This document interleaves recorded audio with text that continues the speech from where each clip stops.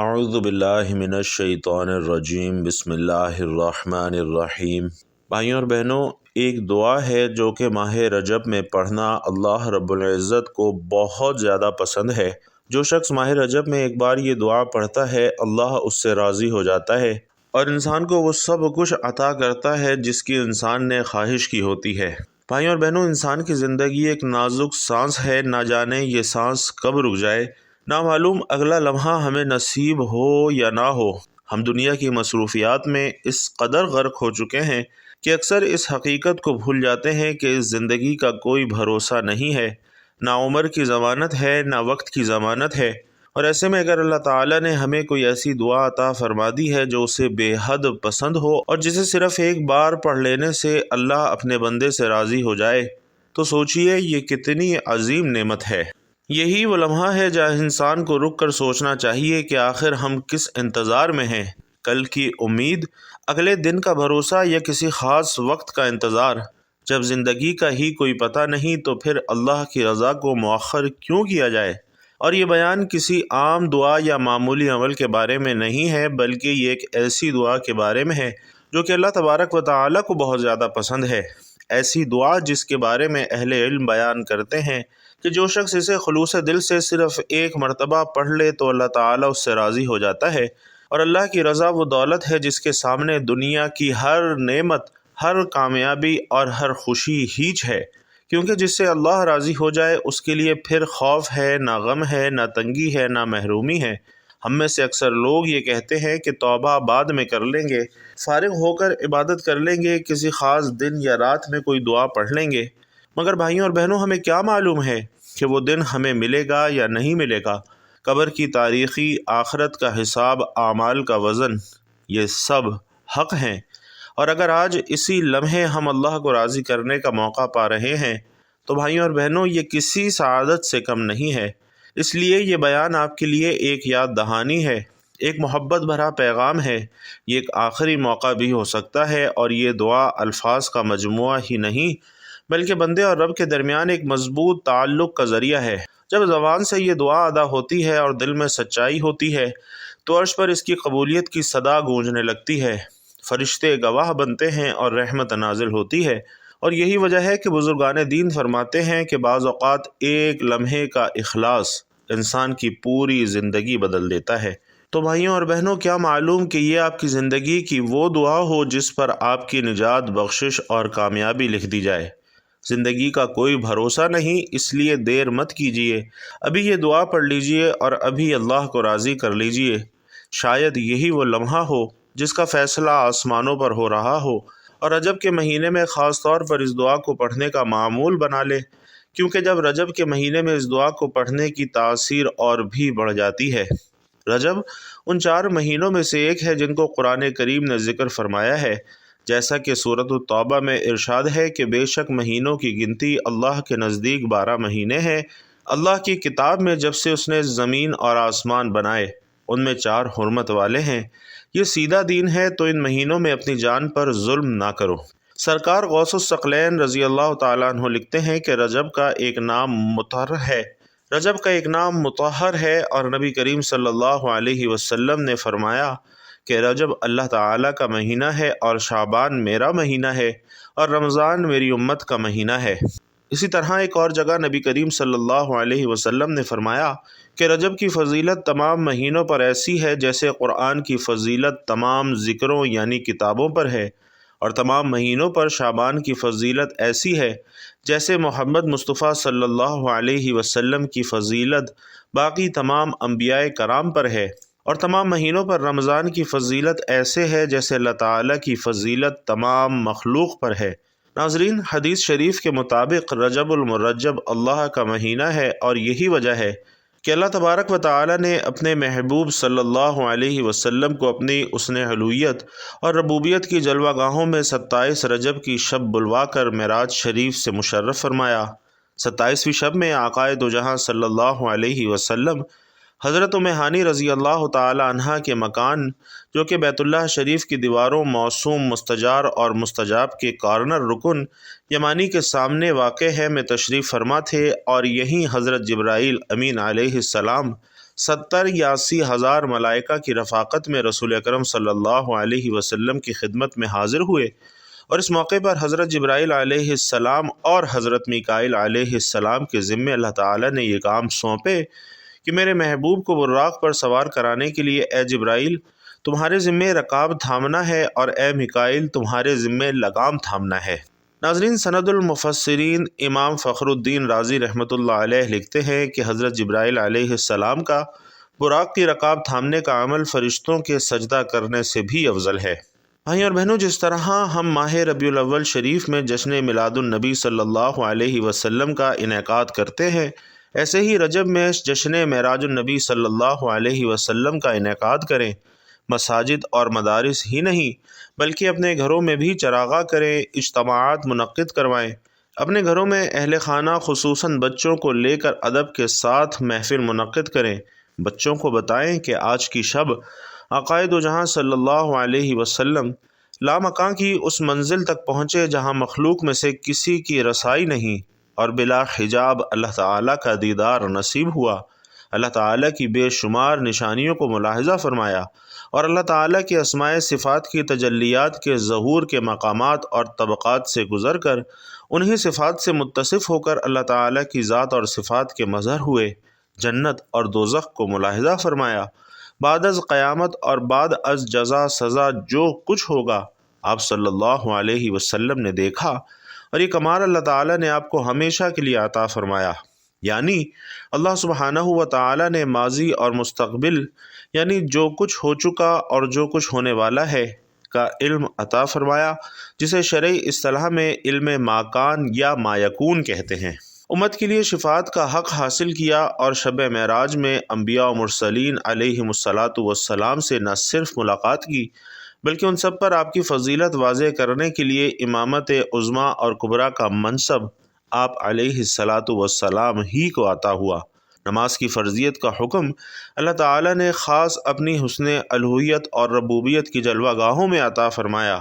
اول 50 نمازیں فرض ہوئیں، پھر بتدریج کم ہوتے ہوتے 5 باقی رہیں۔ نماز کی فرضیت اور اہمیت سے اپنے بچوں کو آگاہ کریں۔ رسول محترم صلی اللہ علیہ وسلم نے ایک مرتبہ زمین پر 4 لکیریں کھینچی اور صحابہ سے پوچھا، کیا تم جانتے ہو یہ کیا ہے؟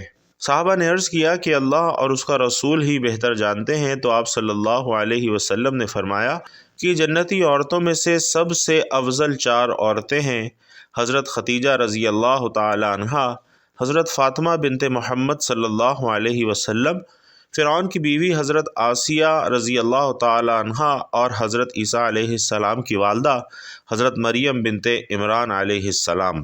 ناظرین، آج کی یہ داستان ان عظیم خواتین میں سے ایک یعنی حضرت آسیہ رضی اللہ تعالی عنہا زوجہ فرعون کے بارے میں ہے۔ وہ باعظمت خاتون جن کا ذکر اللہ تعالی نے قرآن مجید میں بطور مثال فرمایا ہے۔ اللہ رب العزت فرماتا ہے، اور اللہ نے ایمان والوں کے لیے فرعون کی بیوی کی مثال بیان فرمائی۔ حافظ ابن حجر عسقلانی رحمۃ اللہ علیہ لکھتے ہیں کہ مصر کے شاہی خاندان کے بادشاہ ریان بن ولید جو حضرت یوسف علیہ السلام کے دور میں تھے اور ایمان بھی لائے تھے، ان کی نسل میں ایک نہایت حسین و جمیل خاتون تھیں جن کا نام آسیہ تھا، اور ان کا نسب یوں بیان کیا جاتا ہے کہ جب رمسس مصر کا بادشاہ بنا تو اس نے تخت سنبھالتے ہی بنی اسرائیل کو غلام بنا لیا۔ حکم دیا گیا کہ تمام بنی اسرائیلی غلام ہوں گے، اور ہر گھر میں ان کو نوکر بنا کر رکھ دیا گیا۔ فرعون مصری لڑکیوں کا شوقین تھا، اور اسی لیے بنی اسرائیل نے اپنی لڑکیوں کو گھروں سے نکلنے سے روک دیا۔ فرعون حضرت آسیہ رضی اللہ تعالی عنہا کے حسن کے چرچے پہلے ہی سن چکا تھا۔ ایک دن اس نے حضرت آسیہ کے خاندان کو دعوت دی اور ان کے والد سے رشتہ مانگا، اور جب والد نے انکار کیا تو فرعون نے دھمکی دی کہ اگر انکار کیا گیا تو پورا خاندان قتل کر دیا جائے گا اور اولاد کو غلام بنا لیا جائے گا، اور یوں جبر کے ساتھ حضرت آسیہ کی شادی فرعون سے کر دی گئی۔ ناظرین، حضرت آسیہ رضی اللہ تعالی عنہا پہلے ہی فرعون کے ظلم و ستم سے واقف تھیں اور دل میں اس سے نفرت رکھتی تھیں، مگر اس نکاح میں اللہ کی حکمت شامل تھی، کیونکہ اللہ کے نبی حضرت موسیٰ علیہ السلام کی پرورش اسی محل میں ہونی تھی۔ حضرت آسیہ رضی اللہ تعالی عنہا حضرت یوسف کی شریعت پر قائم اور ایک اللہ کو ماننے والی تھیں۔ شادی کی پہلی رات جب فرعون کمرے میں داخل ہوا تو دیکھا کہ حضرت آسیہ عبادت میں مشغول ہیں۔ اس وقت تک فرعون نے خدائی کا دعویٰ نہیں کیا تھا۔ وہ حضرت آسیہ سے محبت رکھتا تھا، اس لیے خاموشی سے سو گیا، اور یوں اللہ تعالیٰ نے حضرت آسیہ کو فرعون کی صحبت سے محفوظ رکھا۔ بعض روایات میں آتا ہے کہ ہر بار حضرت جبرائیل علیہ السلام نورانی پردہ حائل کر دیتے تھے، اگرچہ فرعون حضرت آسیہ سے بے حد محبت کرتا تھا۔ بعض روایات میں فرعون کی ایک بیٹی کا ذکر بھی ہے، لیکن وہ گود لی گئی تھی۔ جب حضرت موسیٰ علیہ السلام صندوق میں ملے تو حضرت آسیہ کے کہنے پر فرعون نے انہیں محل میں رکھ لیا۔ حضرت آسیہ نے کہا کہ یہ بچہ میری اور تیری آنکھوں کی ٹھنڈک ہے، اسے قتل نہ کر۔ ناظرین، وقت کے ساتھ حضرت آسیہ رضی اللہ تعالی عنہ حضرت موسیٰ کے معجزات دیکھ کر یقین کرنے لگیں کہ یہ اللہ کے سچے نبی ہیں، اور جب حضرت موسیٰ نے نبوت کا اعلان فرمایا تو حضرت آسیہ ایمان لے آئیں، مگر اپنا ایمان چھپائے رکھا۔ ایک دن فرعون کے دربار میں ایک باندی لائی گئی جو حضرت موسیٰ پر ایمان لے آئی تھی۔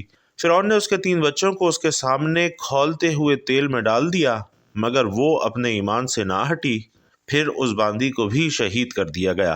حضرت آسیہ نے دیکھا کہ ان سب کی روحیں نور کے ساتھ آسمان کی طرف جا رہی ہیں، اور تب ان کا ایمان اور زیادہ مضبوط ہو گیا۔ بہرحال آخر کار فرعون کو معلوم ہو گیا کہ اس کی بیوی بھی ایمان لا چکی ہیں۔ اس نے پہلے سمجھانے کی کوشش کی اور پھر سخت ظلم شروع کر دیا۔ حضرت آسیہ رضی اللہ تعالی عنہ کو دن بھر تپتی ریت پر ننگے پاؤں کھڑا رکھا جاتا اور رات کو زخموں پر نمک ڈالا جاتا۔ جب فرعون ناکام ہو گیا تو اس نے حضرت آسیہ رضی اللہ تعالی عنہ کے ہاتھ پاؤں میں کیلیں ٹھکوا کر انہیں دھوپ میں لٹا دیا، سینے پر بھاری پتھر رکھ دیا اور ان کا پانی بھی بند کر دیا۔ اس حالت میں بھی حضرت آسیہ رضی اللہ تعالی عنہ ثابت قدم رہیں اور دعا کی، اے میرے رب، میرے لیے جنت میں اپنے پاس ایک گھر بنا دے اور مجھے فرعون اور اس کے عمل سے نجات دے اور مجھے ظالم قوم سے بچا لے۔ ناظرین، اکثر مفسرین کے مطابق اسی حالت میں حضرت آسیہ رضی اللہ تعالی عنہ کی روح پرواز کر گئی۔ ان کا مزار مصر میں بتایا جاتا ہے، اور حضرت آسیہ رضی اللہ تعالی عنہ کا ایمان پر ثابت قدم رہنا تمام مسلمانوں، خاص طور پر خواتین کے لیے ایک عظیم مثال ہے کہ ایک عورت بھی ظلم کے سامنے پہاڑ بن سکتی ہے۔ اللہ تعالی ہم سب کو بھی ایمان پر ثابت قدم رہنے کی توفیق عطا فرمائے، ہماری مغفرت فرمائے، اور ہمیں پیارے آقا صلی اللہ علیہ وسلم اور ان کی اہل بیت سے سچی محبت نصیب فرمائے، آمین۔ تو بھائیوں اور بہنوں، حدیث کی کتابوں میں ایک دعا آتی ہے، یہ دعا اللہ تعالیٰ کو بہت پیاری لگتی ہے، اور ماہ رجب میں پڑھنے والا بھی میرے رب کے خاص بندوں میں شامل ہو جاتا ہے۔ پہلے اس دعا کے فائدے سن لیجئے کہ یہ کتنی عظیم دعا ہے۔ اس دعا کو پڑھنے کا ایک فائدہ یہ ہے کہ اللہ تعالیٰ اس بندے کی زندگی کے پچھلے تمام گناہ اسی وقت معاف فرما دیتے ہیں۔ دوسرا فائدہ یہ ہے کہ اللہ کے نبی صلی اللہ علیہ وسلم نے فرمایا کہ میں قیامت کے دن اس بندے کا ہاتھ تھام کر اسے جنت میں لے جاؤں گا۔ تیسرا، اس دعا کے پڑھنے کا فائدہ یہ ہے کہ قیامت کے دن اللہ تعالیٰ اس بندے پر اتنی نعمتیں، اتنے انعامات فرمائیں گے کہ وہ بندہ کہے گا، اے رب، میں تجھ سے راضی ہو گیا ہوں۔ ناظرین، اس دعا کے پڑھنے کا چوتھا فائدہ یہ ہے کہ اللہ تعالیٰ اس بندے سے راضی ہو جائیں گے۔ تو بھائیوں اور بہنوں، رجب میں اس دعا کو پڑھنے کی عادت بنا لیجئے۔ روزانہ چاہے ایک بار ہی پڑھیں، لیکن ضرور پڑھیں۔ آپ سوچ بھی نہیں سکتے کہ یہ کتنی فائدہ مند دعا ہے۔ آئیے سب مل کر ایک بار اس دعا کو ضرور پڑھتے ہیں۔ رضیت باللہ ربا وبالاسلام دینا وبمحمد نبیا۔ محترم ناظرین، اللہ کا ذکر انسان کے جسم اور روح کی غذا ہے۔ اسی سے انسان کا جسم اور روح زندہ اور باقی رہتی ہے۔ جو اللہ کے ذکر سے غافل ہو اور اس کی یاد سے دور ہو جاتا ہے، وہ نہ صرف بہت سارے دنیاوی اور جسمانی خسارے میں رہتا ہے، بلکہ اس کی روح تک مردہ ہو جاتی ہے۔ ایک مومن ہمیشہ ذکر الہی میں ردب اللسان رہتا ہے۔ عبداللہ بن بصر سے روایت ہے کہ ایک آدمی نے کہا، اللہ کے رسول، اسلام کے احکام اور قوانین تو میرے لیے بہت ہیں، کچھ تھوڑی سی چیز مجھے بتا دیجئے جن پر میں مضبوطی سے جمع رہوں۔ آپ صلی اللہ علیہ وسلم نے فرمایا کہ تمہاری زبان ہر وقت اللہ کی یاد اور ذکر سے تر رہے۔ اس لیے بھائیوں اور بہنوں، ہمیں سدا اپنے خالق و مالک کے گن گانے چاہیے، ہر وقت اس کی حمد و ثنا بجا لاتے رہنا چاہیے۔ یہ ہمارا لازمی فریضہ ہے کہ ہم سوتے جاگتے، اٹھتے بیٹھتے، چلتے پھرتے، کھاتے پیتے، ہر حالت میں اور ہمیشہ اس کی مہربانی کے محتاج ہیں۔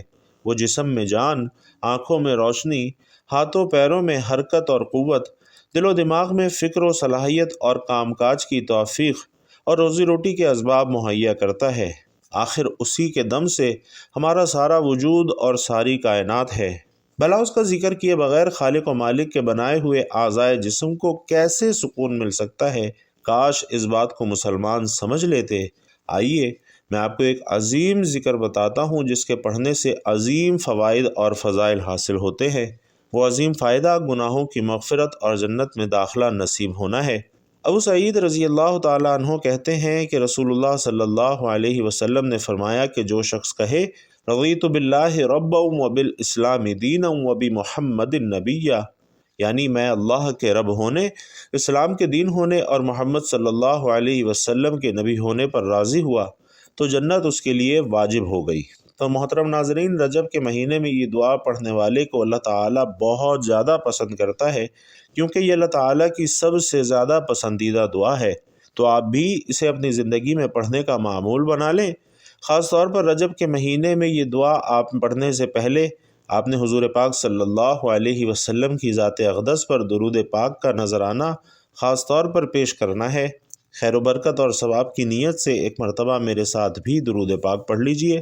اللہم صلی علی محمد وعلی آل محمد کما صلیت علی ابراہیم وعلی آل ابراہیم انک حمید مجید۔ اللہم بارک علی محمد وعلی آل محمد کما بارکت علی ابراہیم وعلی آل ابراہیم انک حمید مجید۔ درود پاک پڑھنے کے بعد آپ نے یہ دعا 21 مرتبہ پڑھنی ہے۔ رضیت باللہ ربا وبالاسلام دینا وبمحمد نبیا۔ یہ دعا پڑھنے کے بعد آپ نے اللہ تعالیٰ کے 2 مبارک ناموں کی ایک تسبیح پڑھنی ہے، اور وہ 2 مبارک نام یا رحیم یا کریم ہیں۔ دونوں ناموں کو ملا کر پڑھیں گے تو ایک شمار ہوگا، اور اسی طریقے سے آپ نے یا رحیم یا کریم 100 مرتبہ پڑھنا ہے، اور اس کے بعد آپ نے 3 مرتبہ سورۃ الفاتحہ کی تلاوت کرنی ہے۔ بسم اللہ الرحمن الرحیم، الحمد للہ رب العالمین، الرحمن الرحیم، مالک یوم الدین، ایاک نعبد و ایاک نستعین، اہدنا الصراط المستقیم صراط الذین انعمت علیہم غیر المغضوب علیہم ولا الضالین آمین۔ اور آخر میں آپ نے دوبارہ درود پاک پڑھ لینا ہے۔ بھائیوں اور بہنوں، ماہ رجب کے یہ بابرکت لمحات کسی عام دن کی طرح نہیں ہیں، بلکہ یہ وہ مقدس مہینہ ہے جسے اللہ تعالیٰ نے خاص فضیلت عطا فرمائی ہے، جس میں کی گئی ایک دعا بھی رب کریم کی بارگاہ میں غیر معمولی قدر و قیمت رکھتی ہے۔ یہی وجہ ہے کہ اس تحریر میں بیان کی گئی دعا کو اللہ تعالیٰ بہت پسند فرماتا ہے، اور جو خوش نصیب بندہ صرف ایک مرتبہ بھی خلوص دل سے اسے پڑھ لیتا ہے، اللہ اس سے راضی ہو جاتا ہے۔ سوچئے، رب کی رضا حاصل کرنے کا یہ کتنا آسان مگر کتنا قیمتی موقع ہے۔ ہمیں نہیں معلوم کہ اگلا لمحہ ہمارے لیے لکھا بھی ہے یا نہیں ہے۔ بھائیوں اور بہنوں، زندگی کا کوئی بھروسہ نہیں ہے، اس لیے آج اسی وقت اس دعا کو پڑھ لیجئے۔ ہو سکتا ہے کہ یہی ایک دعا آپ کی بخشش اور آپ کی نجات کا سبب بن جائے۔ ماہ رجب ہمیں یہ پیغام دیتا ہے کہ اللہ کی طرف لوٹنے میں دیر نہ کریں، کیونکہ رب کریم تو ایک پکار پر راضی ہو جاتا ہے۔ اللہ رب العزت ہم سب کو اس بابرکت مہینے کی قدر کرنے، اس دعا کو قبولیت کے یقین کے ساتھ پڑھنے اور اپنی رضا نصیب فرمانے والوں میں شامل فرمائے۔ میرا سنانا اور آپ کا سننا اپنی بارگاہ میں قبول و منظور فرمائے، آمین یا رب العالمین۔ بھائیوں اور بہنوں، آخر میں آپ سے گزارش ہے کہ جو بھائی بہن چاہتے ہیں کہ اللہ رب العزت ان پر اپنا خصوصی فضل و کرم فرمائے، وہ لوگ کمنٹ باکس میں اللہ تعالیٰ کا انتہائی طاقتور صفاتی نام یا رحمانو ضرور لکھتے جائیے گا۔ اللہ تبارک و تعالیٰ آپ سب کا حامی و ناصر ہو، آمین یا رب العالمین۔